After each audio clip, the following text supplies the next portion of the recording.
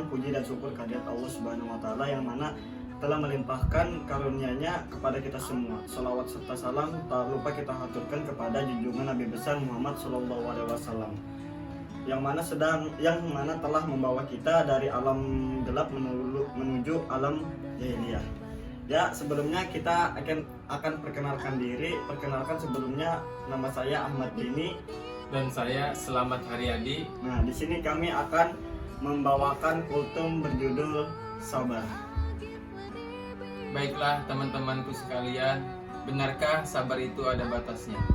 Sedangkan dalam Al-Quran dan hadis tidak ada satu ayat pun, satu hadis pun yang mengatakan bahwa sabar itu ada batasnya. Sehingga Rasulullah SAW bersabda, "Bersabarlah kamu sampai bertemu denganku di telaga Haud." Hadis ini mengisyaratkan kepada kita semua bahwa kita harus bersabar sampai akhir hayat kita. Rasulullah SAW pernah berkata kepada para sahabatnya, "Suatu saat kalian akan menemukan pemimpin-pemimpin yang zalim." Lalu para sahabat menjawab, "Apa yang harus kami lakukan ya Rasulullah?" "Isbiru," kata Rasulullah, "isbiru, bersabarlah kamu."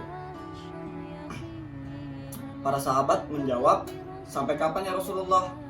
"Sampai kalian meninggal dunia." Nah, jadi dalam kultum kami ini, sabar terbagi menjadi dua hal. Yang pertama, sabar dalam ketaatan, dan yang kedua, sabar dalam ujian. Ya, yang pertama, sabar dalam ketaatan. Kita pernah mendengar Nabi Ayub alaihissalam, yang mana ia diberikan ujian oleh Allah Subhanahu wa taala berupa sakit yang ditimpanya.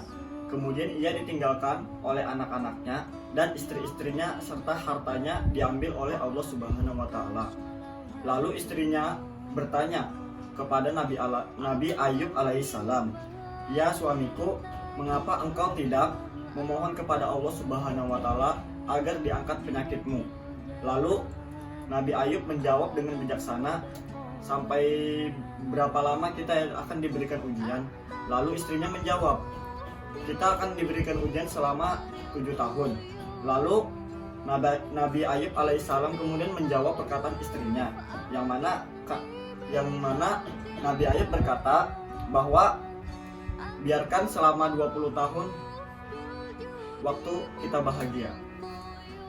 Yang kedua, contohnya dalam Bilal bin Rabah, seorang budak yang disiksa oleh kaum kafir Quraisy, bagaimana dirinya berikan sebuah penderitaan pada masa itu. Maka dari itu kita sebagai orang muslim sudah sepantasnya kita begitu kuat dalam menghadapi ujian ini.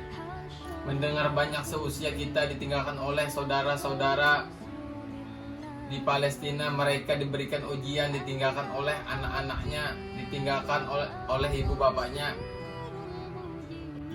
Ali bin Abi Thalib pernah berkata bahwa kesabaran kedudukannya dengan keimanan adalah bagaikan kepala dengan badan. Badan tidak bisa hidup tanpa adanya kepala. Begitu juga dengan keimanan dan kesabaran. Jadi intinya, kesabaran merupakan sebuah bukti dari keimanan seseorang. Maka dari itu kita sebagai muslim harus sabar dalam menghadapi ujian yang diberikan oleh Allah Subhanahu wa taala.